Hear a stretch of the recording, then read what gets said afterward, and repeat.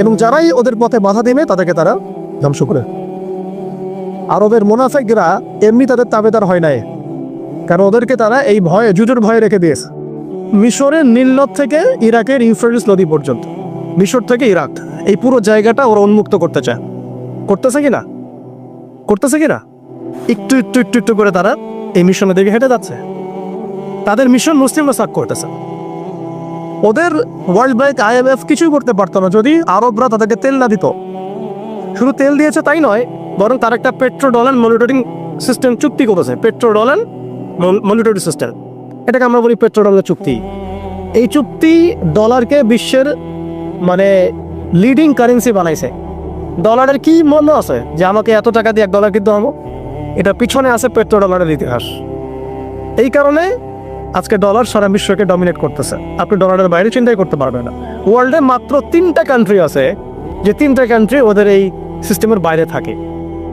আর যারা থাকে তাদেরকে তো ওরা কত রকম চাপ দিচ্ছে এটা তো আপনারা জানেনই। আশ্চর্যের বিষয় হচ্ছে 3টা মাত্র কান্ট্রির মধ্যে কোনো মুসলিম কান্ট্রি নাই, ইরান ছাড়া। যদি ইরানকে আমরা প্রপারলি ইসলামিক কান্ট্রি বলি না, কিন্তু ওই ইরানই ওদের বাইরে আছে। কিন্তু আরবের যারা সুন্নি কান্ট্রি তারা কেউ ওখানে নাই। মানে আরবের সুন্নি কান্ট্রিরা তারা ওই চুক্তির ভিতরে আছে, ইরান শিয়া তারা চুক্তির বাইরে আছে। তাহলে আমরা কোথায় শিক্ষা নিলাম? আমি এখানে ইরানের প্রশংসা করছি না, ইরানের কাছে আশা করার কিছু নাই। যত কিছুই বলুক আমি পারমাণবিক বোম মেরে দেবো, এই করবো সেই করবো, কিছুই করবে না। করলে আগে করতো ইল্লা মাশাআল্লাহ। কথা হচ্ছে জানে, ওই 3টা কান্ট্রির মধ্যে উত্তর কোরিয়া আছে। উত্তর কোরিয়ার মধ্যে ছোট একটা রাষ্ট্র, সে এই ওদের এই বলয় থেকে বেরিয়ে থাকতে পারে। আমাদের সাহস হয় না। আমাদের 57টা কান্ট্রি, কোটি কোটি জনগণ, খনিজ সম্পদ, তেল গ্যাস, কি নাই, জনবল, সামরিক বাহিনী, প্রযুক্তি, ম্যান পাওয়ার সবই আছে।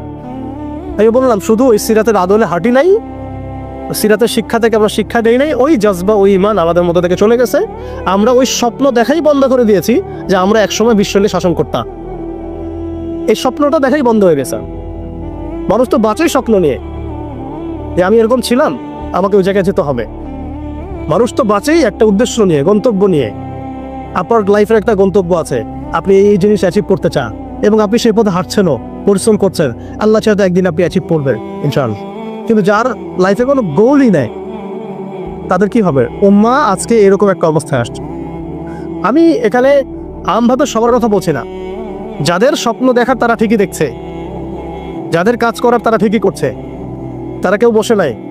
যাদের জীবন দেওয়া তারা ঠিকই দিচ্ছে, যাদের প্রতিবন্ধ করার তারা ঠিকই করছে, যাদের জালেমের এগেইনস্টে দাঁড়ানো তারা দাঁড়াচ্ছে কিনা? সারা ওয়ার্ল্ডে যাদের এই জজবা আছে তারা ঠিকই কাজ করছে। আমি আমভাবে সবাইকে বোঝাই নাই, মেজরিটিকে বোঝাচ্ছি। তো যাদের কাজ করার তারা তো করছে, এবং যারা সফল হওয়ার তারা তো হবে ইনশাআল্লাহ। আল্লাহ পাক যেন আমাদের প্রত্যেক বিশ্বের বিভিন্ন জায়গায় আমাদের যে ভাইয়েরা দিন প্রতিষ্ঠার জন্য কাজ করছেন, সবাইকে বিজয় দান করে নেয়। এখন সময় আমাদের হাতে অল্প, আমি শেষ করবো এখান থেকে। এখানে আসেন, আমি যে কথাটা বলতে যাচ্ছিলাম যে সিরাতের আদলে নবী সাল্লাল্লাহু আলাইহি ওয়াসাল্লাম এইভাবে দাওয়াতের কাজ করার পরে সবর করে, ধৈর্য ধরে, প্রয়োজনে হিজরত করে, তারপরে আবার মদিনা রাষ্ট্র কায়েম করেছেন। তারপরে দাওয়াতের সাথে সাথে জিহাদ, কিতাল, এগুলোর মধ্য দিয়ে তিনি পুরা মক্কা বিজয় করলেন। এবং মক্কা বিজয়ে এই যে ভিত্তি, এর উপর দাঁড়িয়ে পুরা আরব বিজয় হলো। এবং এই ভিত্তির উপর দাঁড়ায় 4 খলিফা 30 বছর শাসন করলেন। তাই না? তখন কি ইসলাম এরকম সংকুচিত অবস্থায় ছিল, দুর্বল অবস্থা ছিল? না, মোটেই না। বরং স্পেন থেকে এদিকে চায়না পর্যন্ত, এইদিকে আফ্রিকা থেকে নিয়ে পুরো সিন্ধু পর্যন্ত, এই পুরো জায়গাটা আমাদের ছিল। চিন্তা করা যায়? চিন্তা করছেন একবার যে উমর রাদিয়াল্লাহু আনহু একটা এই খেজুরের বারালা মসজিদে বসে আছে? ভাবা যায়? এই মাটির মধ্যে তিনি শুয়ে আছে। রোমান সম্রাটের একজন দূত এসে দেখলো তিনি মাটিতে শুয়ে আছেন, দুপুরবেলা রেস্ট নিচ্ছেন। আর তার বাহিনী এইদিকে পৌঁছে গেছে একেবারে শাম পর্যন্ত, এদিকে পৌঁছে গেছে পারস্য পর্যন্ত। ভাবা যায় এগুলা? ওসমান রাদিয়াল্লাহু আনহুর সময় একদম সাইপ্রাস দ্বীপপুঞ্জ থেকে শুরু করে বাকি সব বিজয় হয়েছে। উমাইয়াদের সময় দেখা গেছে একদম স্পেন থেকে নিয়ে এদিকে চায়না পর্যন্ত আর বললো আফ্রিকা থেকে নিয়ে সিন্ধু পর্যন্ত বিষয় করছে। আব্বাসীয় সময় হচ্ছে এইভাবে প্রায় 1250 বছর আমরা ওয়ার্ল্ডকে শাসন করছি। তখন একটা মুসলিম নারীর দিকে চোখ তুলে থাকানো জরুরতও করতো না। একটা মুসলিম ভাইকে অন্যভাবে হত্যা করবে সাহসী কারো ছিল না, গায়ে টোকা দিবে সাহসী ছিল না। আজকে আমাদের চোখের সামনে বিগত 100 বছরে আমার তো মনে হয় মিনিমাম 10 কোটি মুসলমানকে হত্যা করা হয়েছে। মিনিমাম 10 কোটি মুসলমানকে হত্যা করা হয়েছে বিগত এই 100 বছর। মানে একেবারে চিহ্নিত করে করে মারা হচ্ছে, ইস্যু তুলে তুলে মারা হচ্ছে। যখন কোনো ইস্যু নাই, সবাই শান্তিপূর্ণ অবস্থায় থাকতে যাচ্ছে, তখন জঙ্গি ইস্যু তৈরি করা হচ্ছে, কোনো নাটক সাজানো হচ্ছে। আরে মারবি বা যুদ্ধ করবি তো ঘোষণা দিয়ে পা, আর লুকাচুরির কি আছে? মুসলিমদেরকে মারার জন্য ভারতে নতুন নতুন পায়তারা চলতেছে। এখন আমাদের এই ভাইরা তো বদ্ধ একটা জায়গায়, আপনারাই বলেন তারা কি করবে এখন? তারা মিশন নিছে, রাষ্ট্রীয়ভাবে মিশন নিছে মুসলিম লীগ হলের। এখন এই ভাইদের কোনো রাষ্ট্র নাই, কোনো জামা নাই, কোনো আমির নাই, কোনো এদাদ নাই, কোনো জিহাদের কোনো মানে ওখানে অবস্থাই নাই করার মতো তাদের, তাই না? ভিতরে কথা বলছে, কাশ্মীরের কথা বলছে না। তাহলে এই ভাইরা এখন কি করবে? এই যে অবস্থা, এই অবস্থা কি 100% আমাদেরকে প্রভাবিত করবে না? অভ্যন্তরীণভাবে এখানে বাংলাদেশে আমরা বেশিরভাগ মুসলিম হলেও আমাদের আশেপাশে চতুর্দিকে ঘোরাফেরা করতেছে কুফফাররা, চতুর্দিকে ঘোরাফেরা করতেছে। আপনি কাকে বিশ্বাস করবেন? চায়নাকে বিশ্বাস করবেন? ভারতকে বিশ্বাস করবেন? নেপাল ভুটানকে বিশ্বাস করবেন? না মায়ানমারকে বিশ্বাস করবেন? আপনি যাবেন কোন দিকে? আমাদের প্রস্তুতিটা কি? আমাদের প্রিপারেশন কি? রাষ্ট্র কি প্রিপারেশন নিচ্ছে? আমার কথা হচ্ছে রাষ্ট্র নাকি যুদ্ধ করে? সবাই বলেন একটা কথা না, রাষ্ট্রের অধীনে যুদ্ধ। তো রাষ্ট্র কি প্রিপারেশন নিচ্ছে? রাষ্ট্রের সেই ফিকির আছে কিনা? রাষ্ট্রের তো এই ফিকিরটুকু নাই যে রাষ্ট্রের মধ্যে ইসলামিক আইনগুলো বাস্তবায়িত হোক। এইটুকু ফিকির নাই তো আপনাদের। যারা ইলেকশন নির্বাচন গণতন্ত্র এগুলো করতেছে, কার ফিকির আছে? আল্লাহর কসম করে বুকে হাত দিয়ে বলেন তো কার ফিকির আছে ক্ষমতায় গিয়ে আপনি আল্লাহর আইন বাস্তবায়ন? ইসলামপন্থী ভাইদের কথা বাদ দিস, ইসলামপন্থী ভাইদের কথা বাদ দিলাম, আমি সেকুলারদের কথা বলছি, ডেমোক্রেটিকদের কথা বলছি। কারণ রাষ্ট্র চলে আসছে এইভাবেই। আর যারা ফিকির করছেন ইসলাম নিয়ে আমি যাব, ওখানে গিয়ে এটা করবো, এইটা আপনি ডেমোক্রেটিক সিস্টেমে করতে পারবেন না। আপনাকে সিস্টেমটা সরাই ফেলতে হবে। গণতন্ত্র কোনো শব্দই রাখা যাবে না, তারপরও শরিয়া কায়েম করতে পারবে না। শরিয়া আর গণতন্ত্র একসাথে থাকতে পারে না। শরিয়া, গণতন্ত্র, ধর্মনিরপেক্ষতা বা কমিউনিজম এগুলো একসাথে থাকতে পারে না। একটা বোতল, এর মধ্যে আছে আপনার বিষ, এখানে আপনি দুধ খেতে পারবেন না। একটা বোতল, এখানে আছে বিষ, আপনি এটাকে 1000 বার ধুইতে হবে, ধোয়ার পরে আপনি দুধ ঢালতে পারবেন, খাওয়ার রিস্ক দিতে পারবেন, তাও খাবেন কিনা সন্দেহ আছে। আর এগুলো তো হচ্ছে মারাত্মক শিরকের বিষ। এগুলো পশ্চিমাদের দাসত্ব করবে আপনাকে। আমাদের হচ্ছে বড় কান্ট্রি আছে একটা তুরস্ক, একটা ইসলামিক ল বাস্তবায়ন করছে কিনা দেখায়। বড় একটা কান্ট্রি আছে মিশর, দেখায় না আমাকে একটা ইসলামিক ল বাস্তবায়ন করতে পারছে কিনা। তিউনিসিয়া পারছে কিনা, আজারবাইজান পারছে কিনা, মরক্কো পারছে কিনা, ইথিওপিয়া পারছে কিনা? আপনারা বলেন পারছে কি? ইয়েমেন পারছে কিনা, জর্ডান পারছে কিনা, লেবানন পারছে কিনা? পারে নাই। আফগানিস্তান পারছে কেন? আফগানিস্তান পারছে কেন? কারণ তারা সিস্টেমগুলোকে সরাই দিয়েছে। সিরাতের আদলে, সিরাতের রক্তে ওরা জমিকে পবিত্র করে ফেলছে। সিরাতের আদলে জিহাদের মাধ্যমে রক্ত দিয়ে পশুপাতকে বিতাড়িত করে ওরা জমিনকে পবিত্র করে শরিয়া কায়েম করছে। এটাই শরিয়া কায়েম করার রাস্তা, আর কোনো রাস্তা নাই। আপনি যতই তন্ত্রমন্ত্রের ধার ধারেন না কেন, আপনি কখনোই সফল হতে পারবেন না। লিখে নেন, কাজ করতে থাকেন, দেখেন। ফান্তাজিরু ওয়া ইন্না মাআকুম মিনাল মুনতাজিরিন। কোনো সমস্যা নাই। আফগান পারছে এই কারণেই, কারণ তারা পশ্চিমাদের তন্ত্রমন্ত্রের গরম ধাঁধায় পড়ে নাই। তারা সিরাতের রাস্তায় হাঁটছে। ওকে, আমাদের সাথে লড়বা, আমরাও তোমাদের সাথে লড়ব। ঠিক আছে, হয় তোমরা থাকবে, না হলে আমরা থাকবো। হয় তাওহীদ থাকবে, না হলে শহীদ থাকবে। হয় শরিয়া থাকবে, না হলে তোমাদের তন্ত্রমন্ত্র থাকবে। এই লড়াই যখন হয়েছে, হইতে হইতে হইতে এক পর্যায়ে 20 বছর সময় লাগলেও সেটা আজকে বাস্তবায়ন হয়েছে। যেটা আপনার আমার অঞ্চলে 100 বছরও হয় নাই, 50 বছরও হয় নাই। এরপরেও আল্লাহ পাক আমাদেরকে চোখের সামনে কিন্তু মিসাল দেখাই দিছে, তারপরেও আমাদের মধ্যে বোধোদয় হচ্ছে না। আমরা বুঝতে পারছি না যে কোন পথে হারবো। দেশের যত সমস্যা দেখবেন, মিডিয়া যান, মিডিয়া গেলে মনে হবে দেশের সমস্ত সমস্যার হালত এবং সমাধান হচ্ছে একটা বিষয়, মিডিয়ার ভাষায়। মিডিয়ায় ঢোকেন, দেখেন কি হচ্ছে, অনেক প্রবলেম দেশের মধ্যে, সংস্কার এইটা সেটা অনেক কিছু হচ্ছে। ভাবখানা এমন যে সব কিছু থেকে উদ্ধার করবে আমাকে একটা শব্দ, তার নাম নির্বাচন। মানে নির্বাচন হলেই সব সমাধান হয়ে যায়। এটা আমাদের আকীদা, আমাদের চিন্তা এরকম ভাই। একটা মুদির দোকানদারকে জিজ্ঞাসা করেন, সেও এই কথাই করবে। আবার বুদ্ধিজীবীকে জিজ্ঞাসা করেন, সেও এই কথাই বলতেছে। টকশোতে বসে সেও এই কথা বলতেছে। এমপিকে বলেন, সেও এই কথা বলতেছে। মানে পুরো অবচেতন দাসত্ব, অবচেতন ইবাদত। দেখেন আমাদের অবচেতন মনে আমরা ইবাদত করে ফেলছি গণতন্ত্রের, পশ্চিমাদের ওদের তন্ত্রমন্ত্রগুলা। ইলেকশন দিলে সব সমাধান হয়ে যাবে?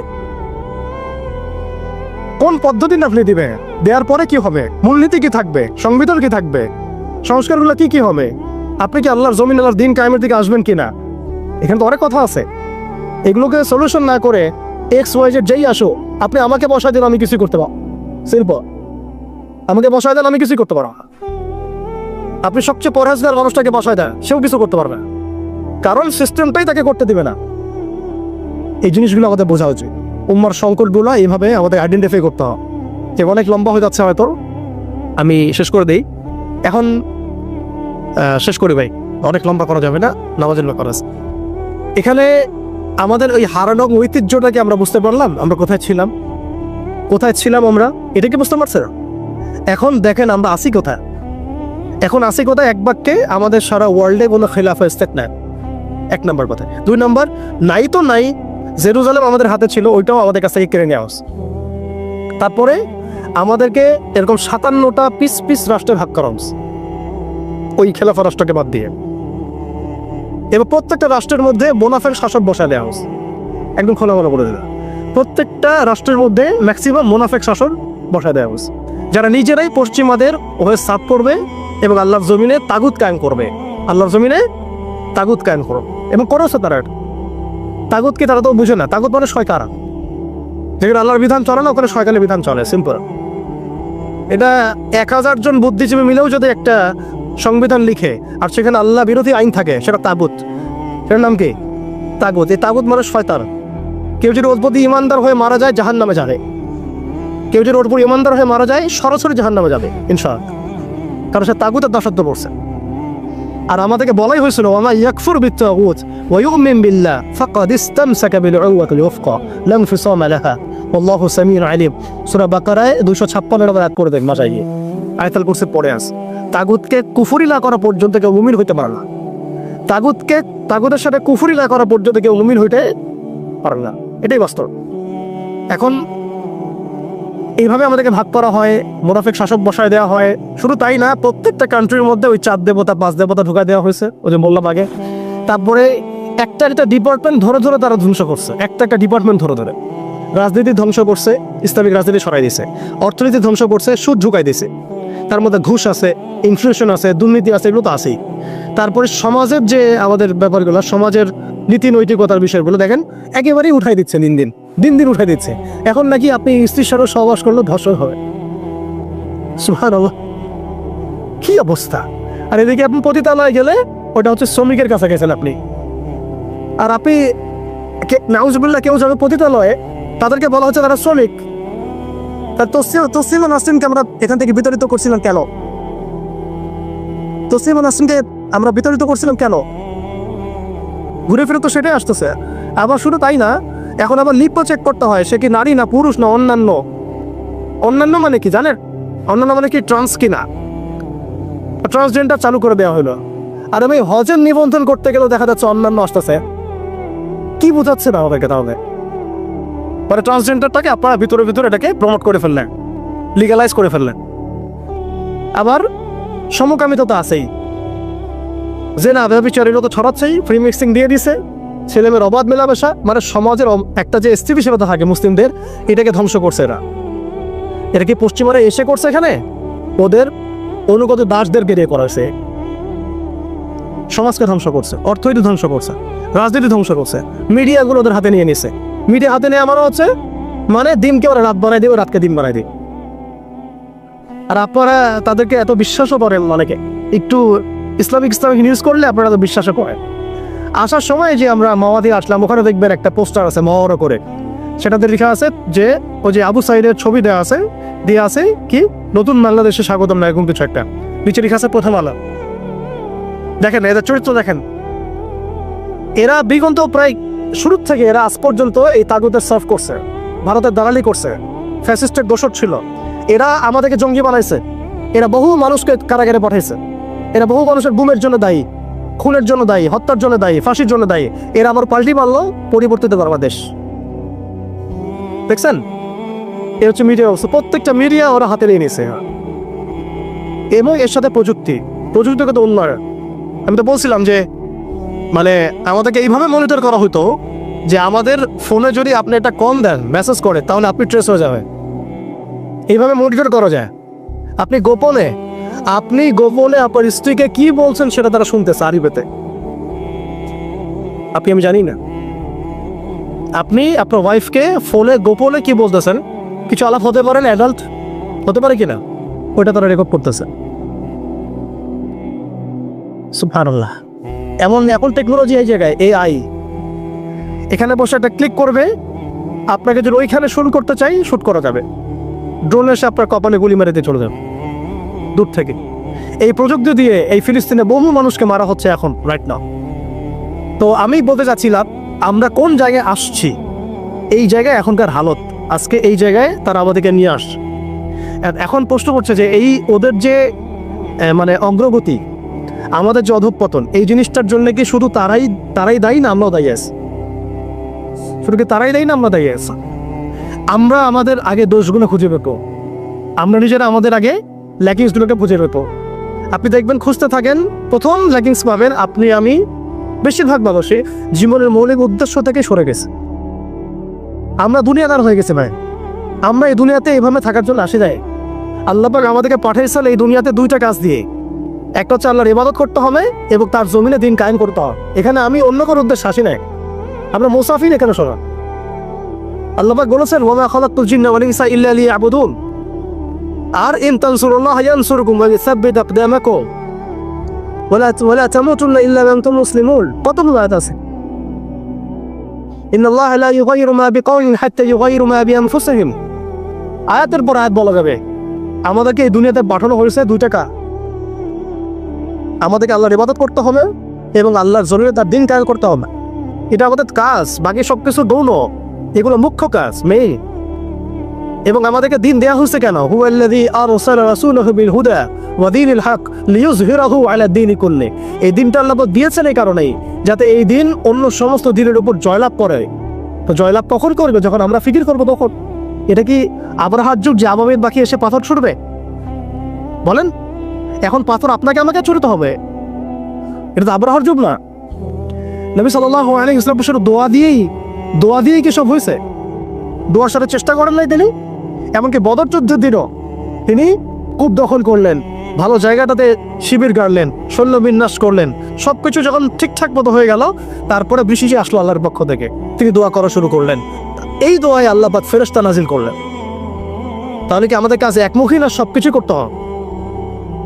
এখন আমাদেরকে এই ল্যাকিংসগুলোকে খুঁজে বের করতে হবে। আমাদের ল্যাকিংস কোথায়?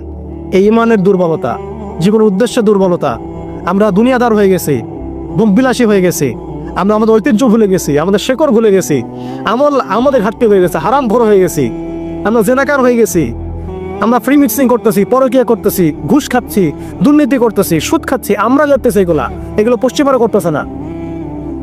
আমাদের ল্যাকিংসগুলোকে আমাদেরকে দূর করতে হবে। ইলমের ঘাটতি হচ্ছে, আমলের ঘাটতি হচ্ছে, আলেমদের সাথে সোহবত নাই, তাজকিয়া নাই, পড়াশোনা নাই।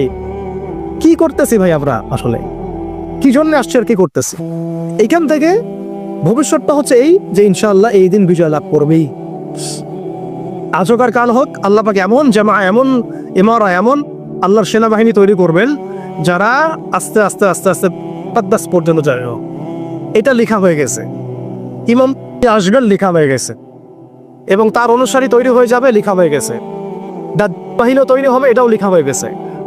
তার অনুসারী হিটলারকে নিয়ে এই বিশ্বকে 40 দিন শাসন করবে, এটাও লেখা হয়ে গেছে। এবং তারপরে ইসলাম তাকে হত্যা করবে প্যালেস্টাইন, বাবেলুত নামক জায়গায়, এটাও লেখা হয়ে গেছে। মহাযুদ্ধ মালহামা আসবে, এটাও লেখা হয়ে গেছে। এক কথা হচ্ছে এগুলো যেহেতু হবেই, লাউহে মাহফুজে লেখা হয়ে গেছে কুদিয়াল আমর, তাহলে আমাদেরকে তো আমাদের কাজগুলো এখন বের করে ফেলা উচিত। আমাদের কাজ কি করতে চান, আদৌ সেই বিজয় কাফেলে আমরা শরীক হতে চাই কিনা, তাকে এইভাবেই আমরা দিন যাবে রাত যাবে খাবো দাবো ফুর্তি করবো আর মারা যাবো, এটাই কি আমাদের উদ্দেশ্য কিনা? আমাদেরকে আমাদের লক্ষ্য আগে ফিক্স করতে হবে। লক্ষ্য ফিক্স করতে হলে কয়েকটা কাজ মোটা থেকে বের হয়, আমি 1 মিনিটে বলে শেষ করে দিচ্ছি। সেটা হচ্ছে ভাই, আমাদের সবাইকে আগে তওবা করে আল্লাহর দিকে ফিরে আসতে হবে, প্রথম কাজ এটা। কারণ নাপাক কলব দিয়ে, নাপাক হৃদয়ের মধ্যে আপনি কখনো দিনের ফিকিরগুলোকে ঢুকাইতে পারেন। কলবকে পবিত্র করতে হলে আমাকে আগে তওবা করে আল্লাহর দিকে ফিরতে হবে, আল্লাহর দিকে ফিরে আসা, নিজের জীবনটাকে মূল্যায়ন করেন। আসেন আমরা সবাই মিলে একটা কাজ করি, অন্ততপক্ষে একটা সময় আমরা সবাই মিলে একটা চেষ্টা করি, ফলাফল আল্লাহর হাতে, আল্লাহর জমিনে আল্লাহর দিন কায়েম করা যায় কিনা চেষ্টা করে দেখি ইনশাআল্লাহ। সেটা আমাদেরকে তো আল্লাহ পাক পুরো বিশ্বের জিম্মাদার করেন নাই, আমরা এই অঞ্চলে থাকি, এই অঞ্চলে অন্তত আমাদের চেষ্টা করা উচিত। অন্য অঞ্চলে তো ভাইরা চেষ্টা করছেই, আফগান ভাইরা তো আমাদের জন্য পরোয়া করে বসে থাকে নাই, থাকে নাই। ওই আফ্রিকার ভাইরাও তো বসে নাই, এদিকে হামাসের ভাইরাও বসে নাই, কেউ কি বসে আছে? দেখেন যাদের কাজ করা তারা কিন্তু ঠিকই করতেছে। আমাদের অঞ্চলের কনফ্লিক্টটা আপনি এড়াইতে পারবেন না। আমাদের অঞ্চলের কনফ্লিক্টটা হচ্ছে এই উগ্র হিন্দুত্ববাদীদের এগেনস্টে। এটা শাহজং আর কালুক আপনারা বুঝতে পারবেন। এর একটা বড় মিশন নিছে, অখণ্ড ভারত তারা করতে চায়, এটা স্পষ্ট এজেন্ডা ওদের। এই এজেন্ডার মধ্যে বাংলাদেশ বাইরে না, বাংলাদেশ অন্তর্ভুক্ত আছে। আমাদেরকে প্রিপারেশন নিতে হবে, সব দিক থেকে প্রিপারেশন নিতে হবে। সবচেয়ে বড় প্রিপারেশন আল্লাহর দিকে ফিরে আসা, পরিপূর্ণ ইসলামে প্রবেশ করতে হবে, উদখুলু ফিস-সিলমি কাফা একদম। আর ওই যে আয়াতটা প্রথমে বললাম, ইত্তাকুল্লাহ ওয়া লা তামুতুন্না ইল্লা ওয়া আনতুম মুসলিমুন, পরিপূর্ণ মুসলিম হয়ে যেতে হবে। আল্লাহর ভয় নিয়ে আসা, আল্লাহর কাছে আত্মসমর্পণ করা, পরিপূর্ণ মুসলিম হয়ে যাওয়া, আল্লাহর সব আদেশগুলো মানা, নিষেধগুলো ছেড়ে দেওয়া, নবীর সব আদেশ মেনে চলান, নবী যে নিষেধ করেছেন সেগুলো ছেড়ে দেওয়া সাল্লাল্লাহু আলাইহি ওয়াসাল্লাম। একই সাথে হালাল খাইতে থাকা, হারামে না যাওয়া, পরিবার ঠিকঠাক করে ফেলা, যদি ঠিক না হয় অন্তত একা হইলে একাই চলতে হবে।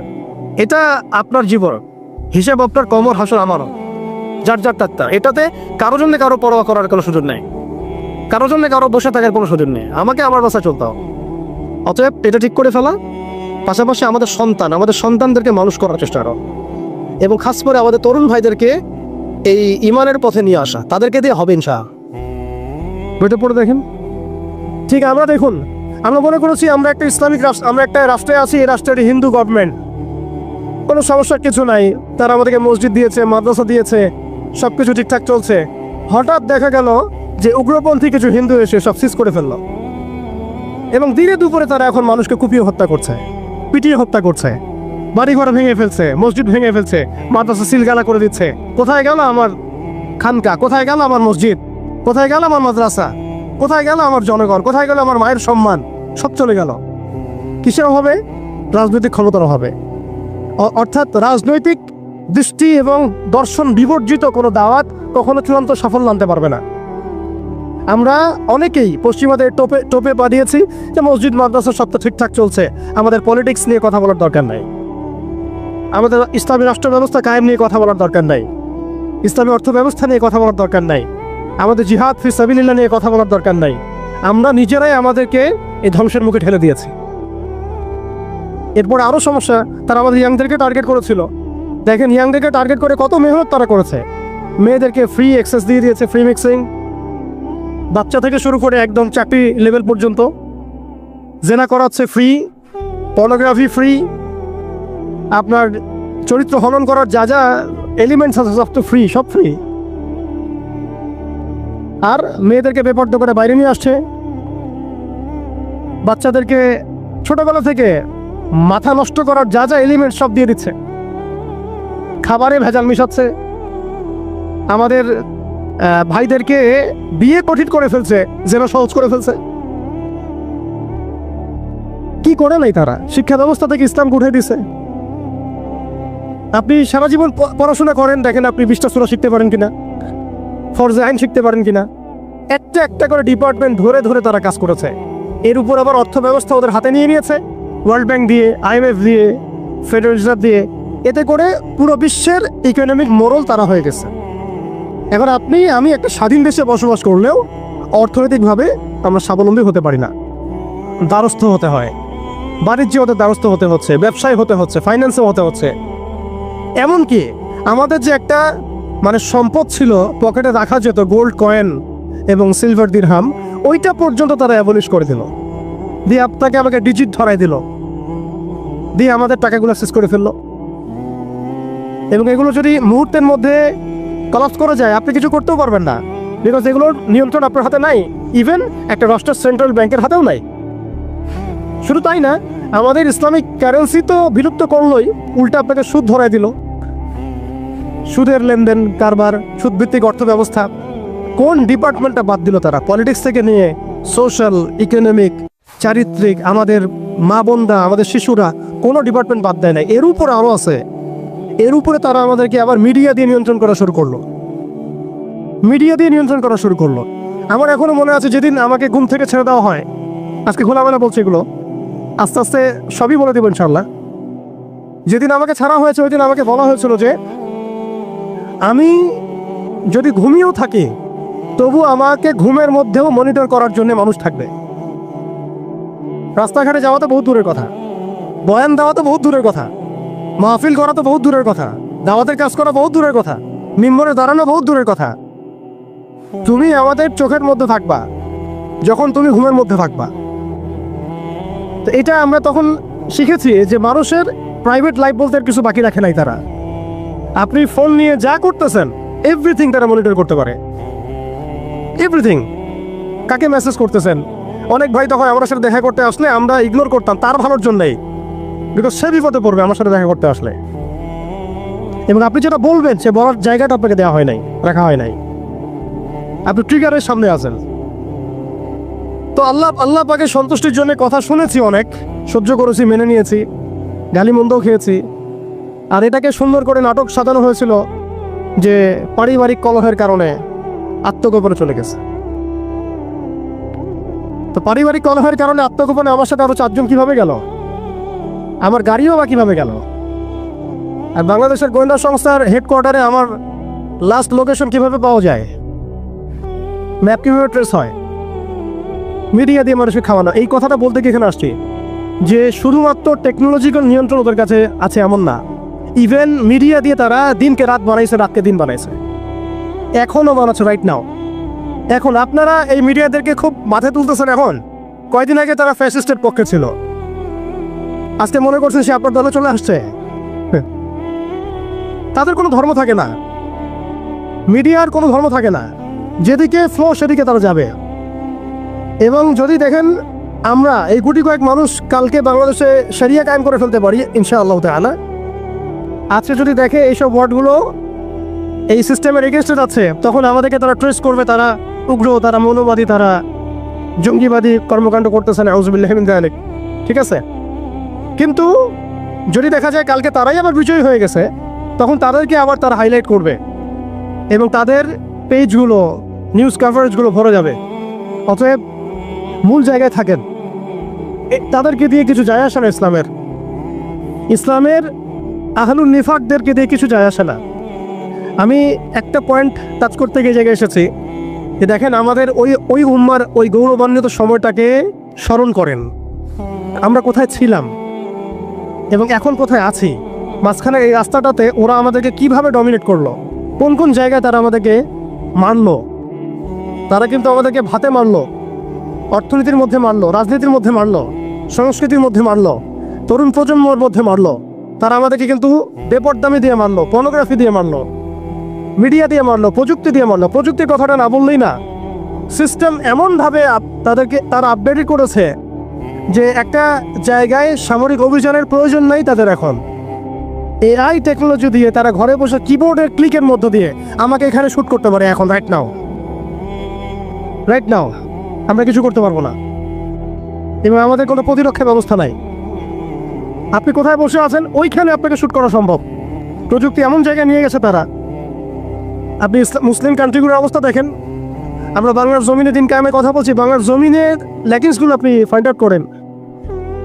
আমাদের কি আকাশ নিরাপদ, সমুদ্র কি নিরাপদ, আমাদের কি মিসাইল আছে, ক্ষেপণাস্ত্র ব্যবস্থা আছে, আকাশ প্রতিরক্ষা ব্যবস্থা আছে, আমাদের কি এরকম প্রযুক্তি আছে, আমাদের কি ইমানদার এমন মিলিটারি বাহিনী আছে কিনা। অনেক বিষয় আছে যেগুলো নিয়ে আমাদেরকে ভাবতে হবে। নাই, এটা হতাশার কোনো কারণ না, এবং আমাদের সব কিছুই লাগবে জরুরিও না, এটাও মাথা দিচ্ছে। নাই, অনেক কিছুই নাই, এটা হতাশার কোনো ব্যাপার না, এবং অনেক কিছু যে নাই এটা আমাদের ভীরুতারও কোনো সুযোগ এখানে রাখার দরকার নাই। নাই ঠিক আছে, যতটা সম্ভব আমরা অর্জন করার চেষ্টা করবো ইনশাল্লাহ, কিন্তু যদি নাও হয় 100%, তবুও আমাদের ভয় পাওয়ার কোনো কারণ নাই, কারণ আমাদের সাহায্য আসবে আল্লাহর পক্ষ থেকে, আমাদের সাহায্য আসবে আল্লাহর পক্ষ থেকে ইনশাআল্লাহ। এবং আপনারা এই একটা জানেন যে কাম মিন ফিআতিন কলিলাতিন গালাবাত ফিআতান কাসীরাতান বিইذنিল্লাহ, কত ক্ষুদ্র ক্ষুদ্র দল এই পৃথিবী থেকে চলে গেছে যারা বড় বড় দলের উপর বিজয় লাভ করেছিল আল্লাহর সাহায্য নিয়ে। অতএব এটা আমি বলছি যাতে আমরা একটা যুগের সাথে তাল মেলাতে পারি, অন্ততপক্ষে কিছু প্রস্তুতি আমাদের থাকা তো দরকার। ব্যাপারটা তো এমন নয় যে আমরা গেলাম, জায়নামাজে দাঁড়ালাম, দোয়া করলাম, যুদ্ধে জয়লাভ করলাম, এভাবে কিন্তু যুদ্ধ জয় হয় নাই। আপনারা বদরের যুদ্ধের ইতিহাস যদি পড়েন দেখবেন নবী সাল্লাল্লাহু আলাইহি ওয়াসাল্লাম আগের রাত্রে গিয়েছেন, বৃষ্টি হয়েছে, জায়গা দখল করা হয়েছে, আমরা কূপ দখল করেছি যাতে পানি আমাদের কাছে থাকে, সৈন্য বিন্যাস করা হয়েছে, যতটা ট্যাকটিক নেওয়ার প্রয়োজন সব আমরা নিয়েছি। তারপরে দোয়া, সুবহানাল্লাহ, দোয়া হতে হতে হতে হতে কাঁধ থেকে চাদর পড়ে যাচ্ছে। আবু বকর রাদিয়াল্লাহু আনহু এসে বলছেন যে ইয়া রাসূলুল্লাহ, যথেষ্ট হয়েছে, আপনি থামেন, আল্লাহ আপনার সাথে আছেন, আল্লাহ আপনার দোয়া ফেলবেন না ইনশাআল্লাহ। এরপরে দেখলেন 313 নিয়ে আমরা ওদেরকে হারালাম। সব কিছুর প্রয়োজন আছে। তা আমাদের অবস্থাটা এখন এমন একটা জায়গায় আছে যে ওই খিলাফা যাওয়ার পর থেকে উম্মাহ আজকে এই জায়গায় চলে আসছে। এটা একদিনে হয় নাই, 100 বছর লাগছে। এটা ভাই একদিনে হয় নাই, 100 বছর লাগছে। ওরা 100 বছর মেয়াদি প্ল্যান করেছিল, আরও বেশি প্ল্যান করেছে ওরা তো প্ল্যান করেছে পুরো প্যালেস্টাইনের এই হোলি ল্যান্ডটাই তারা দখল করবে, এটা ওদের প্ল্যান। এটা আমরা জানি, জায়নিস্ট প্ল্যান এইটা। ইরাকের ইউফ্রেটিস নদী থেকে একেবারে মিশরের নীলনদ পর্যন্ত ওরা দখল করতে চায়। ওরা শুধু গাজা চায় না, ওরা পুরো হোলি ল্যান্ডটাই চায়, এবং এই জায়গা থেকে তারা মাসিহ দাজ্জালের শাসন কায়েম করতে চায়, এবং তারা পুরো বিশ্বটাকেই ডমিনেট করতে চায়। যারা তার আনুগত্য করবে তাকে তারা খাবার দিবে, বাঁচিয়ে রাখবে, দুনিয়াবী সমৃদ্ধি দিবে। যারাই তাদের এই কুফরের প্রতিবাদ করবে তাদেরকে তারা আস্ত রাখবে না। এটা ওদের প্ল্যান, এটা ওপেন সিক্রেট, সবাই জানে। এদিকে তারা হাঁটছে, এই জন্যই তারা এই কাজগুলো করছে। এবং এই কারণে আপনি দেখবেন কোরআন মনে হচ্ছে যেন আজকেই নাজিল হলো। কোরআন থেকে যদি আপনি পড়েন মনে হবে আজকেই যেন নাজিল হলো। আল্লাহ পাক বলেছেন, ইয়া আইয়ুহাল্লাযীনা আমানু লা তাত্তাখিযুল ইয়াহুদা ওয়ান নাসারা আউলিয়া, হে মুমিনগণ, তোমরা ইহুদি এবং নাসারাদেরকে বন্ধুরূপে গ্রহণ করো না। বা'দুহুম আউলিয়াউ বা'দ, এরা একে অপরের বন্ধু। তারা আজকে মিলেমিশে সারা বিশ্বে কি করতেছে দেখেন। বা'দুহুম আউলিয়াউ বা'দ, আল্লাহ আমাদেরকে আগেই বলেছিলেন। আল্লাহ পাক আরো সতর্ক করেছেন, ওয়া মান ইয়াতাওয়াল্লাহুম মিনকুম ফাইন্নাহু মিনহুম, তোমাদের মধ্যে কেউ যদি ওদের সাথে হাত মিলাও, ওদের দিকে মুখ ফিরাও, তোমরা তাদের অন্তর্ভুক্ত। আজকে দেখেন পুরো আরবের মধ্যে কারা ওদের দিকে মুখ ফিরাইছে, পুরো বিশ্বে কারা ওদের দিকে মুখ ফিরাই নিয়েছে। প্রত্যেকটা সেকুলার রাষ্ট্রের শাসক ওদের দিকে মুখ ফিরাইছে, প্রত্যেকটা ডেমোক্রেটিক কান্ট্রির শাসক দেখেন আজকে ওদের দিকে মুখ ফিরাইছে। আপনি এইসব তন্ত্রমন্ত্রগুলোর কথা আগে যেগুলো বললাম, এইগুলোর দ্বারা যারা শাসিত হচ্ছে তারা কেউই ওদের থেকে বিচ্ছিন্ন নয়, বরং তারা ওদের অংশ, এবং তারা ওদের পারপাস সার্ভ করতেছে ওই অঞ্চলে। দাজ্জাল কি আসলে? সে তো একটা ব্যক্তি হবে, কিন্তু দেখেন ওর সিস্টেম কিন্তু অলরেডি ডেভেলপ করে ফেলছে। সে কি প্রত্যেকটা জায়গায় পায়ে হেঁটে হেঁটে গিয়ে শাসন করবে? আপনাদের তাই মনে হয়? সে প্রত্যেকটা জায়গায় তার এজেন্টদেরকে বসাবে, এটাই বাস্তব। উমর রাদিয়াল্লাহু আনহু মদিনা থেকে পুরো বিশ্ব শাসন করেছেন, তিনি কি প্রত্যেকটা জায়গায় পায়ে হেঁটে হেঁটে গিয়েছেন? এটা কি পসিবল? ইসলামের প্রতিনিধি ছিল, সাহাবায়ে কেরাম বিভিন্ন জায়গায় ছিলেন তার পক্ষ থেকে। দাজ্জাল অনেকটা সেম কাজ করতে পারে। দেখুন, খেয়াল করে সে তার অনুসারীদেরকে সব জায়গায় বসিয়ে দিয়েছে, সবাই তার ভাষায় কথা বলছে। বিবিসি, CNN, তারা যে ভাষাগুলো চয়ন করে সেই ভাষায় আমাদের রিপোর্ট করা হয়। ওরা যে মিডিয়াগুলো, FBI, ওরা যে রিপোর্টগুলো প্রদান করে, ওই রিপোর্টের আলোকে আমাদের এখানে প্রশাসনিক বাহিনী কাজ করে। তারা যেভাবে ফাংশন করে সেইভাবে কাজ করা হয়। পুরো বিশ্বটা যেন একটা সিস্টেমের মধ্যে নিয়ে আসা হয়েছে। এটাই হচ্ছে একটা জাতীয় ওয়ার্ল্ড অর্ডার। এই ওয়ার্ল্ড অর্ডারটাই তারা ফাংশন করেছিল আমাদের খেলাফতটাকে অ্যাবলিশ করার পরে। এই কারণে আমাদের এখানে প্রশ্ন উঠতেছে যে উম্মার পুনর্গঠন কেন দরকার, কিভাবে সম্ভব? আগে আমাদেরকে বুঝতে হবে যে কোন জায়গায় আমরা চলে আসছি, কোন জায়গা থেকে। এখন কি আমাদের বিশ্বাস হচ্ছে না যে আমরা কোন জায়গায় ছিলাম? এখন কি আমাদের খারাপ লাগছে না যে আমরা আসলে কোন জায়গায় ছিলাম, আজকে কোন জায়গায় আছি? অনেস্টলি স্পিকিং আপনি বলেন, আজকে যদি গাজায় 1000টা শিশুকে হত্যা করে আপনি আমি কি করতে পারবো? আমরা কি বুঝতে পারছি আমরা কোন জায়গায় আসছি? আর স্মরণ করেন সেই সময় কথা, যখন একটা মুসলিম যুবতীর উপর চোখ তুলে তাকানোর অধিকার কারো ছিল না, এ ক্ষমতা কারো ছিল না। চোখ তুলে ফেলতাম একেবারে আমরা।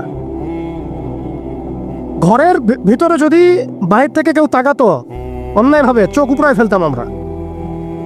একটা মুসলিম রমণীর সম্ভ্রমহানি করা হয়েছিল এই সাবকন্টিনেন্টে, এই সিন্ধুতে, মনে আছে আপনাদের? তার সম্ভ্রমের জন্যে, তার সম্ভ্রম বাঁচানোর জন্যে পুরা মুহাম্মদ বিন কাসিমের জয়শ আসছে। আপনি আমি কি চিন্তা করতে পারছি আমরা কোন জায়গায় ছিলাম? আজকে আপনি দেখলেন রেলে একটা মেয়ে যাচ্ছে ইন্ডিয়াতে, তার নিকাব খুলে ফেলা হলে কেউ কিছু করতে পারলো না। ওরা জোরে জোরে বলছে বল বল জয় শ্রীরাম বল, তারপর ছাড়বে না, আউযুবিল্লাহি মিন যালিক। বল জয় শ্রীরাম, তারপর ছাড়বো তোকে। বল মোদিজি কি জয়, তারপর ছাড়বো তোকে।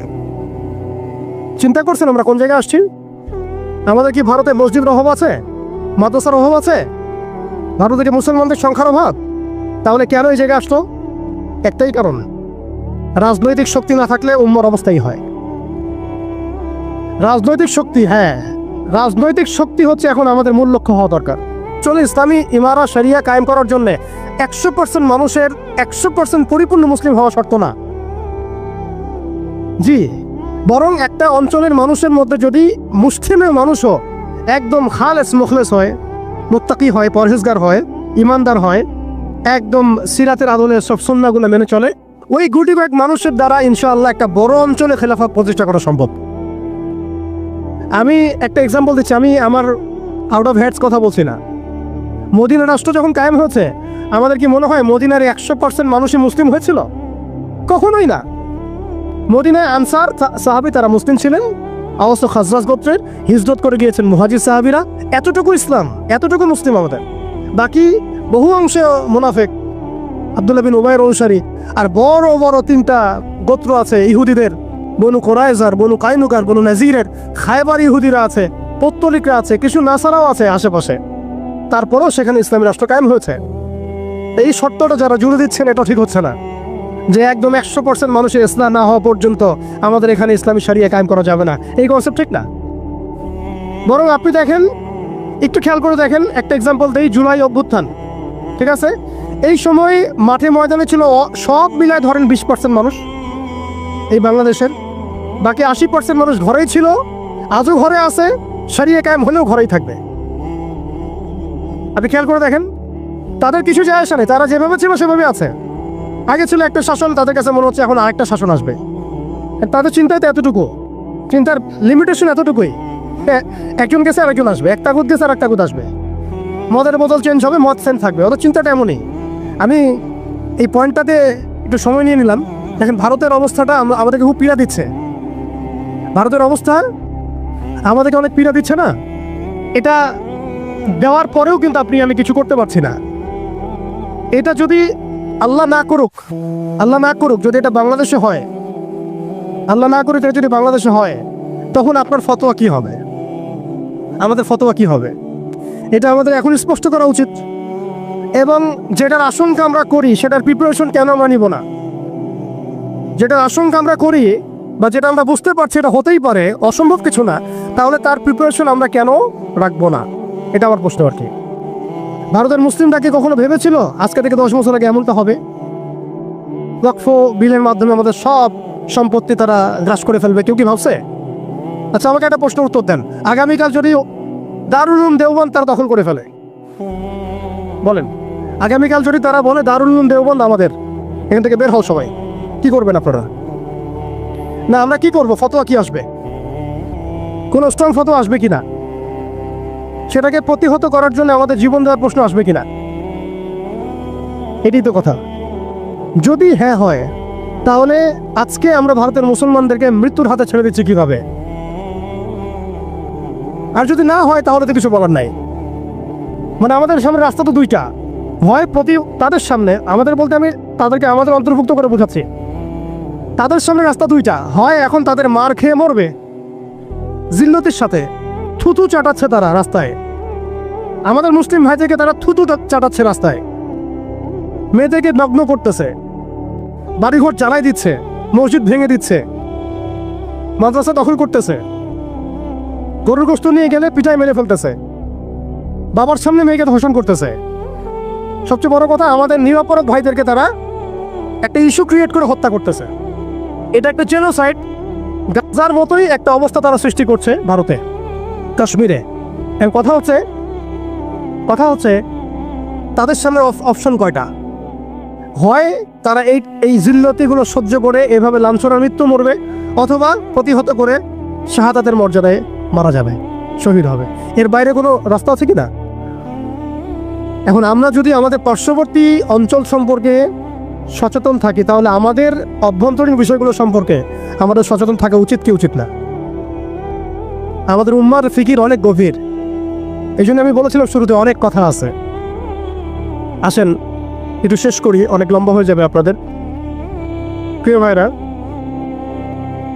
অবস্থাটা শুধুমাত্র আধ্যাত্মিক না, মানে ক্রাইসিসটা একটু বুঝেন। ক্রাইসিসটা শুধুমাত্র ইমানের ক্রাইসিস না, ক্রাইসিসটা শুধুমাত্র আমাদের সংখ্যার না, মানে আমাদের মসজিদের মাদ্রাসার না, আমাদের শুধু মিডিয়া নিয়ে সমস্যা না, শুধু প্রযুক্তি নিয়ে সমস্যা না, আমাদের ইন টোটাল ব্যক্তি জীবন থেকে নিয়ে পলিটিক্যাল সিস্টেম পর্যন্ত প্রত্যেকটা ডিপার্টমেন্টেই আমাদের উম্মাগত সমস্যা।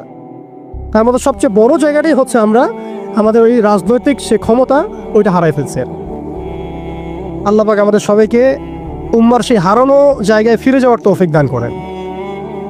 এখন তো প্রশ্ন একটা আসতেছে যে এটা কি পসিবল কিনা, এটা পসিবল কিনা সেটা আমি না বলে হাদিস থেকে বলি। রাসূলুল্লাহ সাল্লাল্লাহু আলাইহি ওয়াসাল্লাম আখিরুজ্জামানের হাদিসগুলোর মধ্যে অনেকগুলো হাদিস, এগুলোর মধ্যে ইরশাদ করেছেন। আমি কয়েকটা সামারি বলছি এখানে।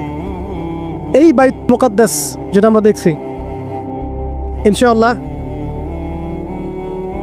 এই বাইত মুকাদ্দাস যেটা আমরা দেখছি, এখান থেকে ইনশাআল্লাহ তাআলা ইসলামী খেলাফা কায়েম হবে, এটা ভবিষ্যৎবাণী লেখা হয়ে গেছে। মালহামা হবে, এটা লেখা হয়ে গেছে। এবং মুসলিমদের একটা বড় অংশ শহীদ হবে, এটাও লেখা হয়ে গেছে। মুসলিমদের একটা অংশ এই যুদ্ধে জয়লাভ করবে, এটাও লেখা হয়ে গেছে। ইমাম মাহদী আসবেন, লেখা হয়ে গেছে। ইমাম মাহদীর সাথে দাজ্জালের বাহিনীর কনফ্লিক্ট হবে, এটাও লেখা হয়ে গেছে। দাজ্জালকে মুসলিমরা হত্যা করতে পারবে না। এক পর্যায়ে আল্লাহ রাব্বুল আলামিন ঈসা আলাইহিস সালামকে পাঠাবেন। কোথায় পাঠাবেন, মানে চুলের হালত কি থাকবে, কোন ফেরেশতার কোথায় হাত দিয়ে তিনি নামবেন, সব লেখা হয়ে গেছে। আমি সবগুলো হাদিস বলছি না, জাস্ট আপনাদেরকে পয়েন্টগুলো বলছি, এগুলো লেখা হয়ে গেছে। এবং ঈসা আলাইহিস সালাম তাকে কোথায় হত্যা করবেন সেটাও লেখা হয়ে গেছে। ঈসা আলাইহিস সালামের হাতে 40 বছর ইসলামী খেলাফা কায়েম হবে, এটাও লেখা হয়ে গেছে। তাহলে এই বিষয়ে যাদের মধ্যে কনফিউশন আছে, এই ইসলাম কি আবার সে আগের জায়গায় যাবে, উম্মাহ কি আবার হারানো ওই জায়গায় ফিরে পাবে, এই কনফিউশনটাকে দূর করতে হবে। আজকে থেকে বাসায় ফিরে গিয়ে আপনি কনফিডেন্ট থাকবেন যে সামনে আমরা জয়লাভ করতে যাচ্ছি ইনশাআল্লাহ। আগামীকাল আমাদের জয়ের সূর্যোদয় উঠবে, এটা লেখা হয়ে গেছে। এটা যাদের মধ্যে পড়াশোনা নাই, এলেম নাই, যারা দুনিয়াদার, যারা এইসব তন্ত্রের মধ্যে ধোকায় পড়ে আছে, তাদেরকে বললে তারা হাসতে পারে। এমনকি পশ্চিমা সভ্যতা, Zionist movement, United Nations, NATO, FBI, এরা সবাই হাসতে পারে যে এগুলো হবে। ওরা এগুলোকে ওই যে আসাতিরুল আউয়ালিন বলতে পারে, যেমনটা কাফেররা বলতো, প্রাচীনমিতি কথা, এগুলো বলতে পারে। কিন্তু এটা মুহাম্মদ সাল্লাল্লাহু আলাইহি ওয়াসাল্লামের পবিত্র জবানের ভবিষ্যৎবাণী, কেউ ঠেকাতে পারবে না ইনশাআল্লাহ। অতএব এখন যেহেতু আমরা আমাদের গন্তব্যটা জানি, এই জায়গায় আমরা যাবো ইনশাআল্লাহ, অতীতটাও জানছি কোথায় ছিলাম, মাঝখানে কিভাবে আমরা এই জায়গায় আসলাম সেটাও জানলাম। এখন 2 মিনিটে আমি শুরু বলতে চাচ্ছি যে কোন কাজগুলো আমরা করতে হবে, আমাদেরকে করতে হবে। এটা আজকে একটু মেমোরাইজ করার চেষ্টা করতে হবে। ফার্স্ট অফ অল ভাই, ব্যক্তি থেকে শুরু হয়। আপনি আমি আজকে থেকে চিন্তা করব, একটু ধৈর্য ধরেন, জাস্ট 5 মিনিট।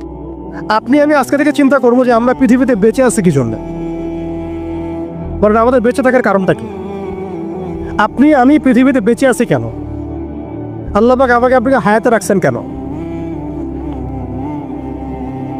2টা কাজ আমাদের। যত কিছু আমাদের আশেপাশে ঘুরতেছে, স্ত্রী, সন্তান, ব্যবসা বাণিজ্য, চাকরি বাকরি, এইটা সেইটা, এগুলো সবই গৌণ। আমাদের মুখ্য কাজ 2টা। আল্লাহর ইবাদত করা, তার জমিনে তার দিন কায়েম করা। বলেছেন আমাদেরকে উদখুলু ফিস-সিলমি কাফা, পরিপূর্ণরূপে ইসলামে প্রবেশ করো। আল্লাহ পাক আমাদেরকে বলেছেন যে ওয়ালা তামুতুন্না ইল্লা ওয়া আনতুম মুসলিমুন, পরিপূর্ণ মুসলিম না হয়ে মৃত্যুবরণ করো না। কত আয়াত আছে। আরেকটা আয়াত আমি শুরুতে বলেছিলাম, ইন্নাল্লাহা লা ইউগাইয়িরু মা বিকওমিন হাত্তা ইউগাইয়িরু মা বিআনফুসিহিম। আল্লাহ পাক কোনো কওমের অবস্থা ততক্ষণ পর্যন্ত পরিবর্তন করেন না যতক্ষণ সেই কওম তাদের নিজেদের অবস্থা পরিবর্তনের ফিকির না করে, চেষ্টা না করে। অতএব শুরুটা ব্যক্তি থেকে হবে। আমরা সবাই নিয়াত করতে পারি ইনশাআল্লাহ যে আমরা আমাদের আগামী পুরা জীবনটা শুধু এক আল্লাহর জন্য ঢেলে দিব ইনশাআল্লাহ। আমাদের সব কাজ হবে আল্লাহর সন্তুষ্টির জন্য। মৌলিক কাজ হবে দুইটা, আল্লাহর ইবাদত করা এবং তার জমিনে তার দিন কায়েমের চেষ্টা করা। দুই নাম্বার হচ্ছে ভাই পরিপূর্ণ ইসলামে প্রবেশ করতে হবে। আংশিক ইসলাম প্র্যাকটিস করলে এখন আর চলবে না। অনেক হয়েছে, ওয়াজ তো শুনতেছেন 10 বছর থেকে। আমি তো মুসলিম পরিবারের সন্তান, 30 বছর হয়ে গেছে বয়স, 35 বছর হয়ে গেছে বয়স। এই যে আমাদের অনেকের বয়স 40-50 হয়ে গেছে। আর কি, আর কত? দুনিয়া তো দেখলাম, দুনিয়া তো যথেষ্ট দেখলাম। অতএব পরিপূর্ণ ইসলামে প্রবেশ করতে হবে। এটার মাধ্যম হচ্ছে আল্লাহ পাকের সব হালাল মেনে চলবো, হারাম মেনে চলবো, সব আদেশ মেনে চলবো, নিষেধ ছেড়ে দেবো, সুন্নাহ ভিত্তিক জীবনযাপন করবো ইনশাআল্লাহ। রাসূল সাল্লাল্লাহু আলাইহি ওয়াসাল্লাম যা করতে বলেছেন করবো, ছাড়তে বলেছেন ছাড়বো। এবং 3 নম্বর হচ্ছে ইসলাম বিরোধী যে আকীদা, দর্শন, মতবাদগুলো আছে এগুলোকে চিনতে হবে। শুধু ইসলাম পালন করেই যাবেন, এইদিকে আবার তাগুত, কুফর, হারাম সবই থাকবে, এই জগা খিচুড়ি দিয়ে আবার কাজ হবে না। আমাদেরকে এই যুগে আবু বকর, ওমর, ওসমান, আলী হতে হবে, একদম মুখলেস, একদম খালেস, একদম পরিশুদ্ধ হওয়ার চেষ্টা করা ইনশাআল্লাহ। তো ইসলামের পরিপূর্ণতার মধ্যে প্রবেশ করার চেষ্টা করতে থাকা এবং একই সাথে ইসলাম বিরোধী যে আকীদা আমলগুলো আছে এগুলো থেকে দূরে থাকা। এবং ইসলাম বিরোধী অনেক আকীদা আছে, দর্শন আছে, প্রথমে একটা বললাম, এছাড়া অনেক আছে। মুরজি আকীদা আছে, জাবারিয়া আকীদা আছে, কাদারিয়া আছে, আপনার মুতাজিলা আকীদা আছে, রাফেজি আকীদা আছে, খারেজি আকীদা আছে। এগুলো সম্পর্কে চিন্তা হবে এবং আহলুস সুন্নাহ ওয়াল জামাআর আকীদার উপর থাকতে হবে। এর সাথে এই যে পশ্চিমা তন্ত্রমন্ত্রের দর্শনের যে ফিতনাগুলো এগুলো থেকে দূরে থাকতে হবে, আমলগত ফিতনাগুলো থেকে দূরে থাকতে হবে। সুদ থেকে, ঘুষ থেকে, দুর্নীতি থেকে, জিনা থেকে, ব্যভিচার থেকে, যত রকম কবিরা গুনাহ আছে এগুলো ছাড়তে হবে ভাই। আল্লাহ পাক অপবিত্র কাঁধে আল্লাহ দিনের আমানত দিবেন না, অপবিত্র কলবে আল্লাহ পাকের দিনের আমানত দিবেন না। সো ভিতর বাহির পরিষ্কার করতে হবে, ভিতর বাহির পরিষ্কার করতে হবে। আল্লাহ পাক তৌফিক দান করেন। 4 নম্বর হচ্ছে অবশ্যই মাথার উপরে আমাদের ওলামা ইকরামদেরকে রাখতে হবে। ওলামা বিবর্জিত কোনো জেনারেশন কখনো সফল হতে পারবে না। অতএব ওলামা ইকরামদেরকে আমাদের মাথার উপরে রাখতে হবে, এই সোহবতটা আমাদের লাগবেই। 5 নম্বর হচ্ছে ভাই হারাম খাওয়া যাবে না, হালাল খাইতে হবে। কোন অবস্থায় আমরা যেন হারামে লিপ্ত না হয়। যত রকম হারাম আছে সব ছাড়তে হবে, ছেড়ে হালালে থাকতে হবে। না খেয়ে থাকবো তাও হারাম খাবো না, না খেয়ে থাকবো তাও হারাম খাবো না, এই চিন্তা আমার মতো থাকতে হবে। 6 নম্বর, আমার আপনার জীবনের লক্ষ্য ফিক্স করে ফেলেন। আজকে থেকে জীবনের লক্ষ্যটাকে ফিক্স করে ফেলেন। আপনি আসলে দুনিয়াতে কি চাই, কি করতে আসছে, আমাদের কাজটা কি, এটা যদি ফিক্স করতে পারি কাজ আমাদের মাশাআল্লাহ 50% হয়ে গেছে। 7 নম্বর হচ্ছে আমাদের পারিবারিক কাঠামোগুলোকে ঠিকঠাকভাবে গড়ে তোলার চেষ্টা করা ইসলামিক আদর্শে। যদি একেবারেই পসিবল না হয় সেক্ষেত্রে আমাদের সামনে সাহাবীদের মিসাল আছে। বহু সাহাবী পরিবার থেকে সেই সাপোর্টটা পান নাই যেটা প্রত্যাশা করে মানুষ, অনেক নবীও পান নাই। অনেক ক্ষেত্রে দেখা গেছে আসহাবুল কাহাফের মিসাল আমাদের সামনে আছে। তো আমরা চেষ্টা করতে থাকবো, এরপরেও যদি সব কিছু আমাদের অনুকূলে না থাকে এটা আল্লাহর হাতে ছেড়ে দিতে হবে। 8 নম্বর হচ্ছে, এটা খুব জরুরি, আর 2-3টা মিনিট। 8 নম্বরটা সবচেয়ে জরুরি। আজকে সেমিনার হলো, অনেক বয়ান হয়েছে, আলহামদুলিল্লাহ অনেক আলোচনা হয়েছে, অনেক স্কলার এসেছেন। 8 নম্বরটার উপর আমল যদি আমরা না করতে পারি, আমরা শুধু সেমিনারই করতে থাকবো, বাংলার জমিনে শরিয়া কায়েম করতে পারবো না। আমি একটু খোলামেলা বলে দিই আর কি, রাগ করেন না। 8 নম্বর যদি আমরা বাস্তবায়ন করতে না পারি, আমরা এভাবে সেমিনারই করতে থাকবো, মাহফিলই করতে থাকবো, আমরা এভাবে মসজিদ মাদ্রাসা সব খেদমত চলতে থাকবে, সব ঠিক আছে, কিন্তু শরিয়া ইমারত দিকে আমরা যেতে পারবো না। যেটা না হলে আমরা আবার পশ্চিমাদের দাসত্ব থেকে মুক্ত হইতে পারবো না, স্বাধীন হইতে পারবো না, মাজলুমদের সাহায্য করতে পারবো না, মুস্তাদআফিনদের পাশে দাঁড়াতে পারবো না। ওইটা করতে হলে আমাদেরকে ওই জায়গায় যেতেই হবে, ওই শরিয়া জায়গায় যেতেই হবে। সেটা কি? সেটা হচ্ছে আমাদের দরকার একটা জামাআ দরকার।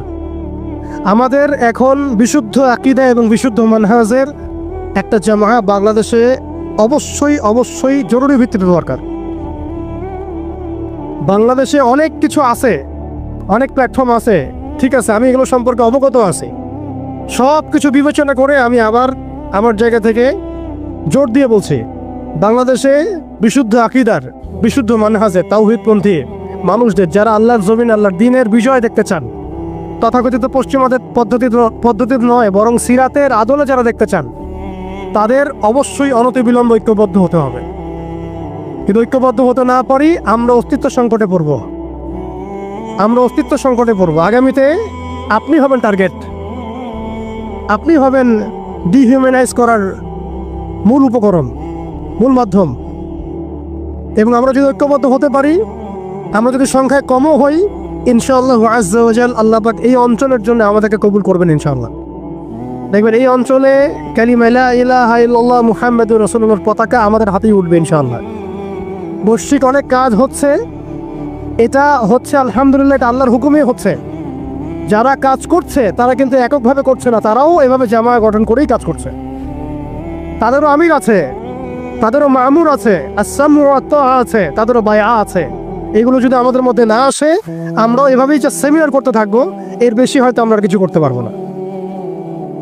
হয়তো বা আমরা চাই অনতিবিলম্বে বাংলাদেশে তাওহীদপন্থী মানুষদের একটা কাফেলা করে উঠুক। এ বিষয়ে আপনারা একমত কিনা?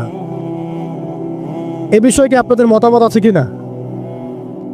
আপনারা আল্লাহর কাছে দোয়া করতে থাকেন, আল্লাহ যেন এমন একটা জামা করে দেন, এমন একটা ইমারা এনে দেন, এমন একটা মামুর আল্লাহ পাক তৈরি করে দেন, এবং এমন এমন যোগ্য আমির আল্লাহ পাক নিয়ে এসে দেন, যাদের ঐক্যবদ্ধ প্রচেষ্টায় বাংলাদেশে ইনশাআল্লাহ শরিয়া কায়েম হবে ইনশাআল্লাহ তাআলা। আল্লাহ যেন কবুল করেন, আমিন। এটা সবচেয়ে জরুরি কাজ। যদি আমরা এটা করতে না পারি, আমি বললাম আপনারা অস্তিত্ব সংকটে পড়বেন। ছোট ছোট পরিসরে কাজ করে আপনি নিজের অস্তিত্ব ধরে রাখাটাই ডিফিকাল্ট হয়ে যাবে। শরিয়া কায়েম তো বহু দূরের কথা।